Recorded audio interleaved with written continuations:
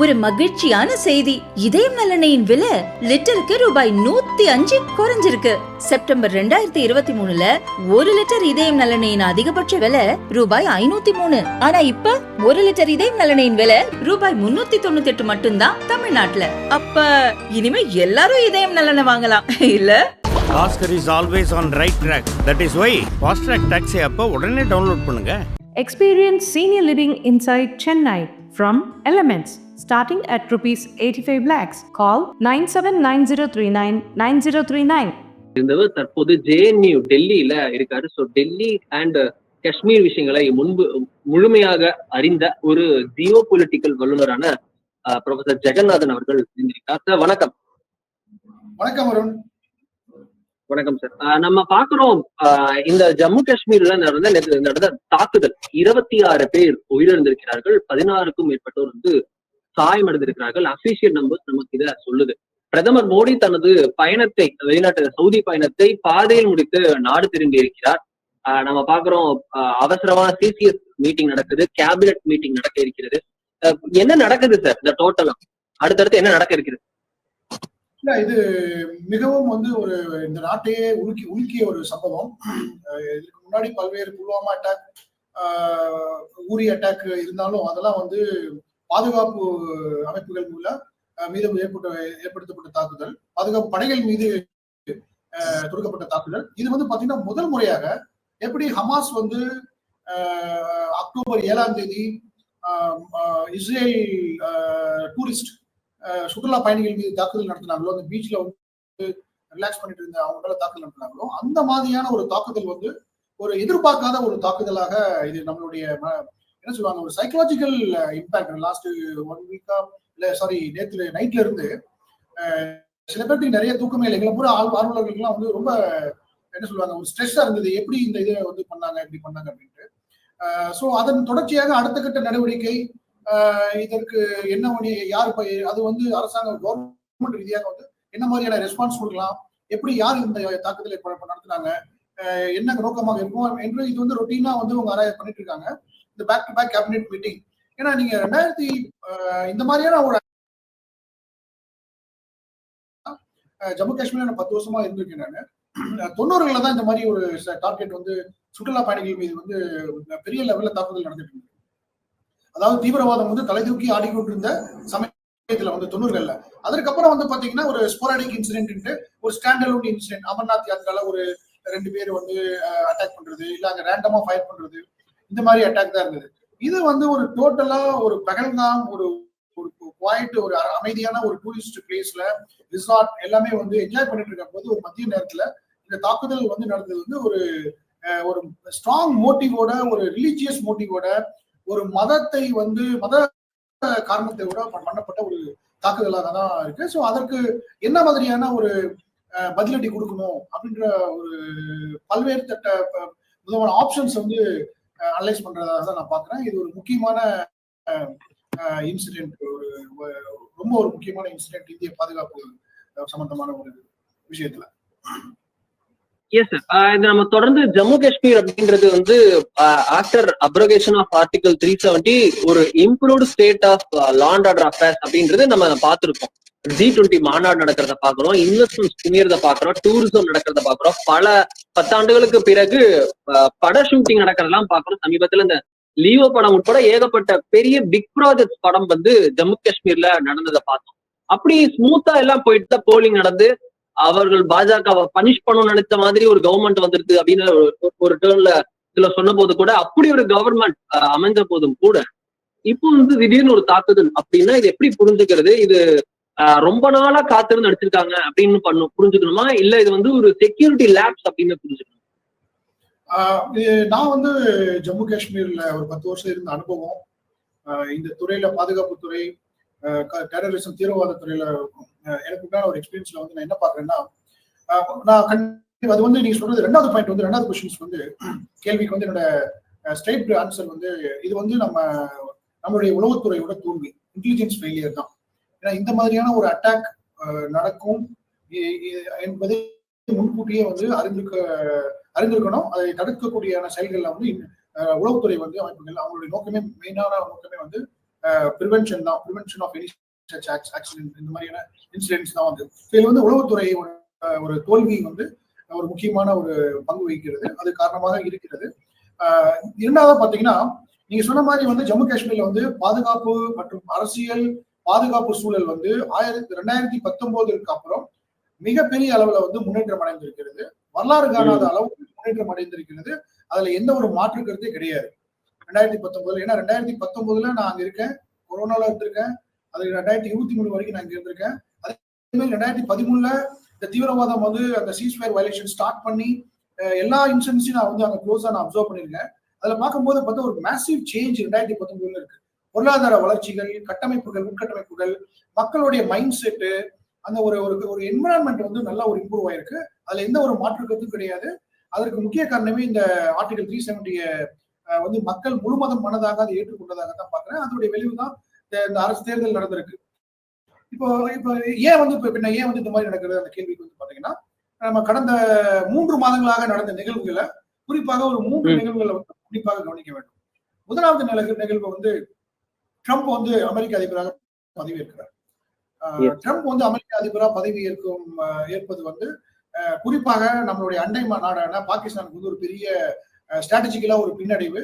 ஏன்னா அமெரிக்கா வந்து குறிப்பாக டெமோக்ராட்ஸ் வந்து பாகிஸ்தானுடைய எந்த எஸ்டாப்ளிஷ்மெண்ட்டுக்கும் ஒரு ஆதரவாக அந்த காஷ்மீர் விஷயத்துல வந்து அவங்களுக்கு ஆதரவாக செயல்படுவதாக தான் நம்ம பார்த்திருக்கோம். அது நம்ம பைடன் அட்மினிஸ்ட்ரேஷன்ல 2-3 நிகழ்வுகள், குறிப்பாக அவங்களுடைய செயலாளர் வந்து பாகிஸ்தான் ஆக்குபைட் ஜம்மு காஷ்மீர் விசிட் பண்ணதா இருக்கட்டும், சில மாதிரியான ஸ்டேட்மெண்ட்ஸ் வந்து அவங்களுடைய பார்த்து பண்ணாங்க. ஸோ ட்ரம்ப் வந்து எலெக்ட் ஆகி ஜனாதிபதியா வந்தது, அவருடைய நெருக்கம், அதாவது இந்தியா அது நமது பாரத பிரதமரோட உண்டான ஒரு நெருக்கம், அப்புறம் இந்தியாவுக்கு கொடுத்த ஒரு முக்கியத்துவம், துணை ஜனாதிபதியாக அதிபர் வந்து அவரு கொடுக்குற முக்கியத்துவம், ஏன்னா இப்ப அவர் இங்க வந்திருக்காரு, இந்தியாவுக்கு வந்திருக்கிறாரு. ஸோ இது வந்து அவங்களுக்கு ஒரு முதல் ஸ்ட்ராட்டஜியா வந்து ஒரு மாபெரும் ஒரு பின்னடைவு பார்க்க வேண்டியதா இருக்கு. இரண்டாவது நிகழ்வு வந்து பிப்ரவரி மாசம் 5ஆம் தேதி பாகிஸ்தான் ஜம்மு காஷ்மீர்ல ராவல்கோட்ன்ற இடத்துல லஷ்கர் இ தொய்பா அவங்க அந்த அமைப்பை சேர்ந்த கமாண்டர்ஸும், ஜெய்ஷ் இ முகமது அந்த அமைப்பை சேர்ந்த கமாண்டர் அவங்களும், மற்ற ஜமாத் இஸ்லாமி சேர்ந்த ஒரு சில பேர்களும் வந்து ஒரு மாநாடு நடத்துறாங்க. அந்த மாநாடு என்னன்னா காஷ்மீர் சாலிடாரிட்டி டே. அதே மாதிரி அல் அக்காசா ஃபிளட், அது ஆபரேஷன் அல் அக்காசா ஃபிளட்னா ஹமாஸ் வந்து அக்டோபர் 7ஆம் தேதி நடத்திய இஸ்ரேல் மீது நடத்திய அந்த பீச்ல நடத்தக்கூடிய தாக்குதல், இந்த ரெண்டையும் வந்து கொண்டாடக்கூடிய வகையில் ஒரு மாநாடு நடக்குது. அந்த மாநாட்டில் வந்து ஹமாஸோடைய ஈரானுடைய பிரதிநிதி டாக்டர் காலித் அல் கதாமி வந்து பார்ட்டிசிபேட் பண்றாரு அந்த மீட்டிங்ல. சோ இது வந்து இப்ப எங்களை பார்வையாளர்கள் வந்து நாங்கள் கிட்டத்தட்ட வந்து பலமுறை வந்து இந்த தீவிரவாத ஆராய்ச்சியில வந்து நாங்க பார்த்திருக்கிறது என்னன்னா, ஹமாஸுக்கும் இந்த மாதிரியான லஷ்கர் இ தொய்பா, ஜெய்ஷ் இ முகமதுக்கும் வந்து ஒரு நெருங்கிய தொடர்பு இருக்கிறது. அவங்க வந்து இந்த ஆபரேஷனல் டாக்டிக்ஸ், பெஸ்ட் பிராக்டிசஸ் வந்து ஷேர் பண்ணிக்கிறாங்க. டெக்னாலஜி கேப்பபிலிட்டிஸ், டெக்னாலஜிஸ் வந்து அடாப்டபிலிட்டி வந்து இவங்க 2 பேரும் வந்து ஈஸியா வந்து ஷேர் பண்றதுக்கு ஒரு நெக்ஸஸ் இருக்கு. இது நம்ம ரொம்ப நாளா வந்து நாங்கள் எங்களுடைய ஆராய்ச்சியில வந்து நாங்க பார்த்துட்டு இருக்கோம். அதை நம்ம பலமுறை வந்து நம்ம பொதுவான இதுல வந்து வெளியில வந்து நாங்க தெரிவித்திருக்கோம். இது வந்து ஒரு அண்டர் கரண்ட் சொல்லலாம். அது ஒரு குறிப்பாக உதாரணத்துக்கு வந்து பாத்தீங்கன்னா, ஹமாஸ் வந்து இஸ்ரேலுக்கு எதிராக தீவிரவாத செயலில முக்கியமாக அவங்க பயன்படுத்தக்கூடிய டாக்டிக்ஸ் என்னன்னா, இந்த சுரங்கங்கள் அமைப்பது, பார்டர் ஏரியால டனல்ஸ் சொல்ற மாதிரி சுரங்கங்கள் அமைப்பது, அதன் மூலமாக ஊடுருவது, இந்த மாதிரியான தீவிரவாத தாக்குதலை வந்து இஸ்ரேல் உள்ள வந்து பண்றது வந்து ஹமாஸுடைய டாக்டிக்ஸ். அதை வந்து இவங்க எல்இடியும் பாகிஸ்தான் பேஸ்ட் தீவிரவாத அமைப்புகள் வந்து இப்போ இன்டர்நேஷனல் பார்டர்ல வந்து இந்த மாதிரியான சுரங்கங்கள், அது நம்ம பல செய்திகள்ல வந்திருக்கு, சுரங்கம் மூலமாக வந்தது, அது வந்து நம்ம பார்த்திருக்கோம். இப்ப லேட்டஸ்டா வந்து இந்த ட்ரோன்ஸ் அப்படின்ற மாதிரி ட்ரோன்ஸ் வந்து பயன்படுத்தக்கூடிய ஒரு டெக்னாலஜி வந்து இவங்க வந்து பயன்படுத்தக்கூடிய ஒரு இதாக தான் பார்க்கணும். ஸோ இந்த ஒரு ஈவெண்ட் வந்து முக்கியத்துவம் வாய்ந்ததாக. இதற்கு அடுத்தது வந்து பாத்தீங்கன்னா, ஏப்ரல் 18ஆம் தேதி பாகிஸ்தானுடைய ராணுவ தளபதி ஆசிம் முனீர் ஒரு விழால பேசும்போது, ஒரு நிகழ்ச்சியில பேசும்போது அவர் வந்து குறிப்பா ஹிந்து முஸ்லீம் அந்த வாதத்தை வந்து பிரச்சனையை வந்து எடுக்கிறாரு. அதுல என்ன சொல்றாருன்னா, முஸ்லிம்ஸ் வந்து ஹிந்துக்கள் போல கிடையாது, அவங்க முற்றிலும் வேறுபட்டவங்க. அவங்களுடைய வாழ்வு உரிமையா இருக்கட்டும், இல்ல வாழ்வாதாரமா இருக்கட்டும், அவங்களுடைய கலாச்சாரமாக இருக்கட்டும், இல்ல திங்கிங்கா இருக்கட்டும், இல்ல அவங்களுடைய கஸ்டம்ஸ் ஏதாவது பிராக்டிஸா இருக்கட்டும் எல்லா வகையிலும் வந்து நம்ம முற்றிலும் வேறுபட்டவர்கள்.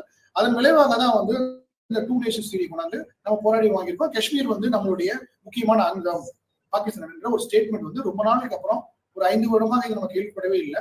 அந்த வாதத்தை வந்து முன்வைக்கிறார். ஒரு மதம் சார்ந்த ஒரு வாதத்தை வந்து ஹிந்து வர்சஸ் முஸ்லீம் அப்படின்ற ஒரு கோட்பாட்டை வந்து தன்னுடைய உரையில வந்து சொல்றாரு. அது மட்டும் இல்லாம இன்னும் வரக்கூடிய சங்கதிகள் இதை வந்து அவங்களுக்கு வந்து இதை நம்ம அழுத்தமாக தெரியப்படுத்த வேண்டும், அவர்களுக்கு இதை புகுத்த வேண்டும் அப்படின்றத ஆணித்தரமாக வந்து சொல்றாரு.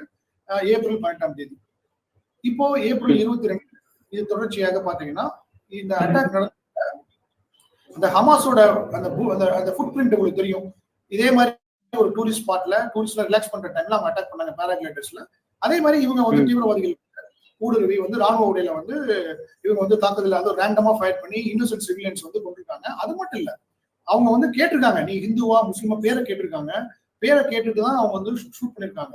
இது வந்து ஒரு என்ன சொல்லுவாங்க ஒரு எக்ஸிகியூஷன் மாதிரி தான் நான் பாக்குறேன் நான். இது வந்து ஒரு டெரரிஸ்ட் அட்டாக்கோட ஒருத்தர் வந்து பாயிண்ட் பிளாங்க்ல வந்து நீ என்ன மதம், நீ இந்த இந்து மதமா இல்ல முஸ்லீமா, அப்ப நீ ஹிந்து சொன்னா உன்னை நான் சுடுவேன், இன்னைக்கு இது வந்து காஷ்மீர், இங்க இருந்து நீ என்ன பண்ற அப்படின்ற ஒரு மெசேஜை வந்து ஒரு புகுத்தக்கூடிய ஒரு செயலாக தான் வந்து இதை பாக்குறேன்.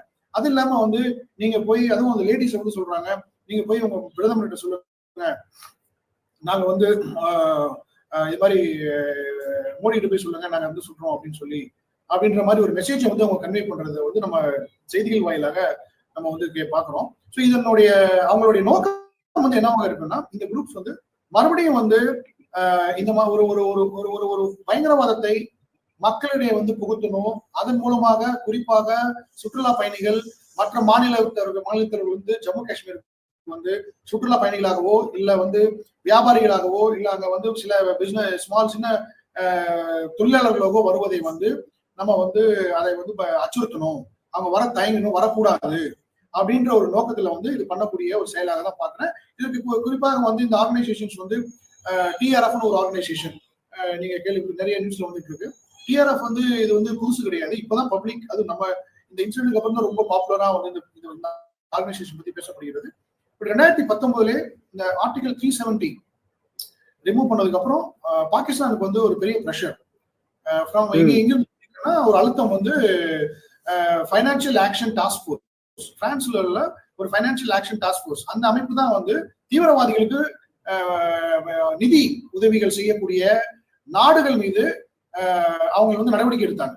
அதுல வந்து கிரே லிஸ்ட்ல வந்து பாகிஸ்தான் இருந்தது. ஸோ அதன் மூலமாக அதன் விளைவு என்னன்னா அந்த லிஸ்ட்ல இருக்கிறதுனால பாகிஸ்தானுக்கு வந்து ஐஎம்எஃப்ல இருந்து கிடைக்கக்கூடிய நிதிகளோ இல்ல பிற நாடுகளில் இருந்து கிடைக்கக்கூடிய லோன்ஸோ வந்து தடைப்பட்டது அந்த எஃப்ஏடிஎஃப் லிஸ்ட்ல இருந்து இருக்கிறதுனால. ஸோ அதன் விளைவாக என்ன பண்ணிட்டாங்க, அந்த எல்இடி வந்து நான் சொன்ன மாதிரி ஐஎஸ்ஐயோட ஒரு ப்ராக்ஸி, அவங்கள வந்து என்ன பண்ணிட்டாங்க இவங்க டிஸ்ஓன் பண்றாங்க, இல்ல எங்களுக்கும் அந்த எல்இடிக்கு சம்மந்தம் கிடையாது அப்படின்ட்டு. அதன் விளைவாக இந்த லட்சத்தீவு இப்ப என்ன பண்றாங்க டிஆர்எஃப் அப்படின்னு, அதாவது காஷ்மீர்ல உள்ள இந்த ஃபிதாயின்ஸ் ஜெய்ஷ் இ முகமது எல்இடியில் இருக்கிற அவங்களுடைய சோல்ஜர்ஸ் தீவிரவாதிகளை ஒரு குரூப்பா ஆர்கனைஸ் பண்ணி புதுசா ஒரு டேக் கிரியேட் பண்ணி டிஆர்எஃப் கொடுக்குறாங்க. அவங்களுக்கு என்ன அப்ஜெக்டிவ்னா அங்க இருக்கிற நான் காஷ்மீரிஸ் அப்புறம் நான் முஸ்லிம்ஸ் அவங்கள வந்து டார்கெட் பண்ணணும். கடந்த 5 வருடங்களாக பாத்தீங்கன்னா இந்த டார்கெட்டட் அட்டாக்ஸ், அதாவது வந்து ஒரு டீச்சர்ஸை வந்து ஹிந்து டீச்சர்ஸ் வந்து ஸ்கூல்ல வந்து அட்டாக் பண்றது, காஷ்மீர் பண்டிட்ஸ் வந்து தனியாக டார்கெட் பண்றது, அப்புறம் பானிபூரி விற்கிற ஒரு பீகார்காரரை வந்து அவர் பானிபூரி விற்கும் போது அவர் சுட்டு எஸ்கேப் ஆகி போனது, இந்த மாதிரி லோன் வூல்ஃப் அட்டாக் அப்படின்ற ஒரு அந்த ஒரு மெத்தடை ஃபாலோ பண்ணி இந்த மாதிரியான தாக்குதலை வந்து இந்த டிஆர்எஃப் வந்து பண்ணிட்டு இருந்தது. ரீசெண்டா தான் 2024 நினைக்கிறேன், இப்பதான் வந்து நம்மளுடைய உள்துறை அமைச்சர் வந்து இந்த டிஆர்எஃப் வந்து பேன் பண்ணாங்க.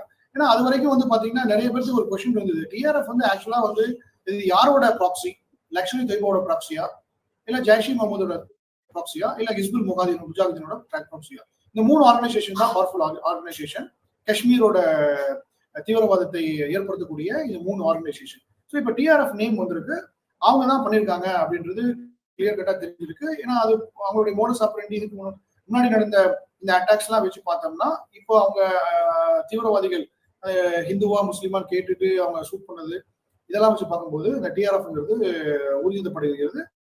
பட் இருந்தாலும் இன்னும் இன்வெஸ்டிகேஷன் மற்ற என்கொயரிஸ் எல்லாம் போயிட்டு இருக்கு. முடிஞ்சதுக்கு அப்புறம் ஒரு இன்சிடென்ட் அதாவது மும்பை அட்டாக் நடந்தது Yes, மாதிரி sir.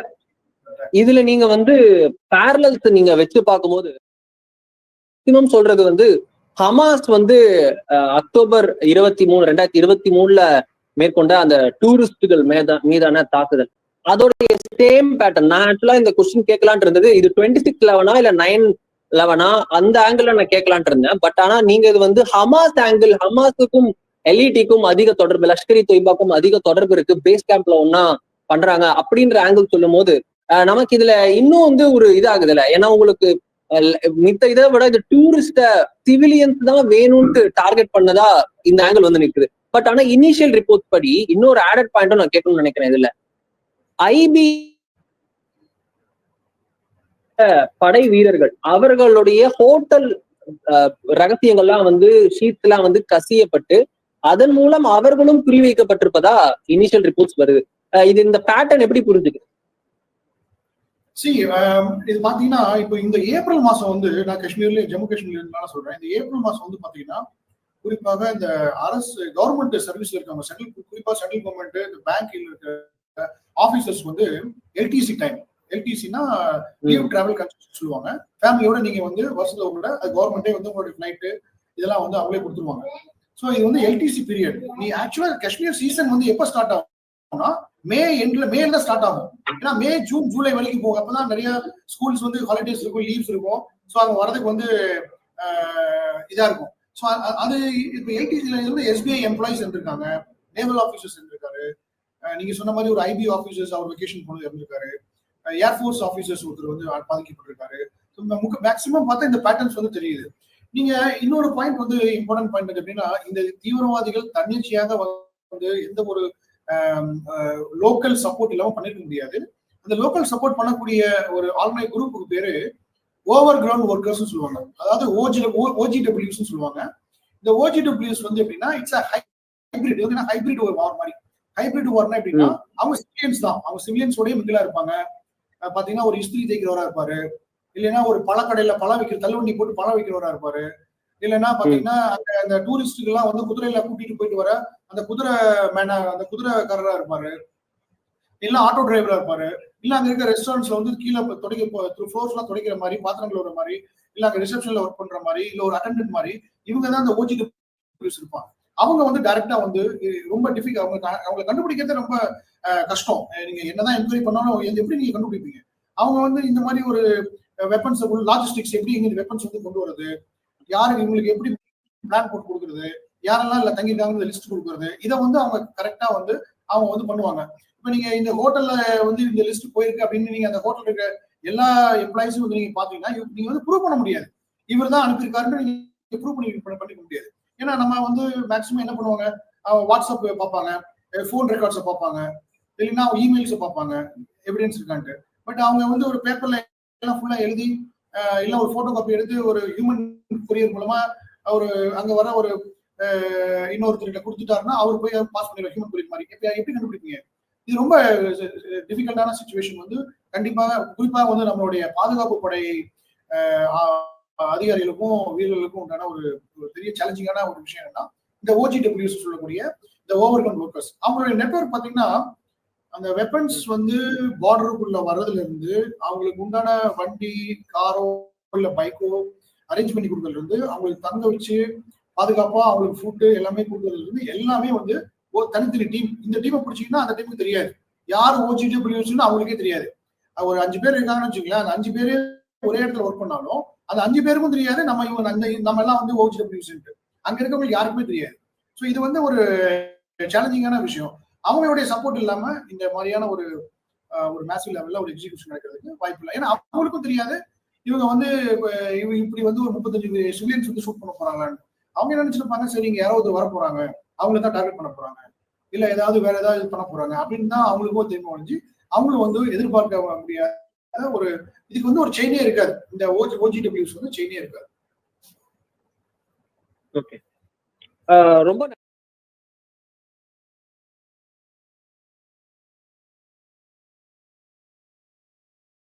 ஏதாவது சொல்லணுமா? ஒரே ஒரு பாயிண்ட், இப்போ நான் கடந்த மார்னிங் காலையில இருந்து பார்க்கக்கூடிய ஒரு செய்தி என்னன்னா, இதன் மூலமாக சுற்றுலா வந்து அங்க பாதிப்படையுமா? சுற்றுலா பயணிகள் இப்போ நம்ம கிடைக்கக்கூடிய தகவல் பாக்குறோம், ஏகப்பட்ட சுற்றுலா பயணிகள் காஷ்மீர் விட்டு வெளியேறிய வண்ணம் உள்ளனர். ஜம்மு காஷ்மீர் முதல்வரே இப்ப ட்வீட் போட்டிருக்காரு, பிளைட்ஸ்ல எல்லாம் கிளம்பி போறீங்கன்றது எனக்கு ரொம்ப சோகமா இருக்கு. பட் ஆனா நமக்கு புரியுது, எனக்கு இந்த சிச்சுவேஷன் நீங்க போகதா போறீங்கன்னு வில் பி கிளியர்ட் அப்படின்ட்டு என்எச் கிளியர் பண்ணி கொடுத்திருக்காரு. அது இது வந்து நான் என்னன்னா இது ஃபெசிலிட்டேட்டிங் ரைட், கவர்மெண்ட் வந்து ஒரு அட்வான்ஸா ஃபெசிலிட்டேட்டும் பண்றாங்கல்ல. ஷார்ட் டேர்ம் பாத்தீங்கன்னா இது வந்து ஒரு பெரிய பாதிப்பை காஷ்மீர்ல ஏற்படுத்தும். But long term, medium term, long term பாத்தீங்கன்னா இது வந்து ஒரு பெரிய பாதிப்பு ஏற்படுத்தாது. ஏன்னா அதைத்தான் வந்து தீவிரவாதிகள் எதிர்பார்க்கறாங்க, இங்க யாரும் வரக்கூடாதுன்னு எதிர்பார்க்கறாங்க. நான் உதாரணத்துக்கு வந்து பாத்தீங்கன்னா அமர்நாத் யாத்திரையில வந்து வருஷம் இது மாதிரி ஒரு தகவல் நடக்கும். ஆனா நீங்க வருஷம் பாத்தீங்கன்னா அமர்நாத் யாத்திரைக்கு போகக்கூடிய யாத்திரிகளோட எண்ணிக்கை அதிகமாயிட்டு தான் போதும், ஒழிஞ்சு குறைஞ்ச மாதிரி தெரியல. அதே மாதிரி வைஷ்ணோ தேவி போற யாத்திரிகள் மீதும் தாக்குதல் நடந்தது. அதே மாதிரி இப்போ காஷ்மீர்லயும் வந்து சில இடத்துல வந்து குல்மார்க்ல வந்து ஒரு தாக்குதல் நடந்தது. இருந்தாலும் வந்து சுற்றுலா பயணிகள் வந்து ஒரு இந்த ஷார்ட் பீரியட்ல மேபி வந்து அவங்க எல்லாம் திரும்பி வருவாங்க, போறதுக்கு வந்து தயங்குவாங்க. பட் மீடியம் அண்ட் லாங் டேர்ம்ல வந்து பாத்தீங்கன்னா காஷ்மீர் வந்து ஒரு நம்மளுடைய இந்தியாவுடைய ஒரு மாநிலம், இந்தியாவிலிருந்து அதை பிரிக்க முடியாதுங்கிறது என்பது வந்து சாதாரண இந்திய குடிமகனுடைய மனதில் ஆழமாக பதியப்பட்ட ஒரு விஷயம். அதை வந்து அது யாருனாலையும் எவ்வளவு பெரிய இருந்தாலும் மாற்ற முடியாது. அதற்காக பல தியாகங்கள் பண்ணியிருக்காங்க. பாதுகாப்பு படை வீரர்களாக இருக்கட்டும், அரசியல் தலைவர்களாக இருக்கட்டும், இவங்க வந்து ஒரு பெரிய தியாகங்கள்லாம், ஷியாமா பிரசாத் முகர்ஜி போன்றவர்கள் வந்து பெரிய தியாகங்கள்லாம் பண்ணியிருக்காங்க. ஸோ அப்படி இருக்கும்போது நம்மளுடைய கான்சியஸ்ல இருந்து காஷ்மீரை வந்து இந்த மாதிரியான நடவடிக்கைகள் வந்து பிரிக்க முடியாது என்பதுதான் என்னுடைய ஃபைனல் பாயிண்ட். தேங்க்ஸ்.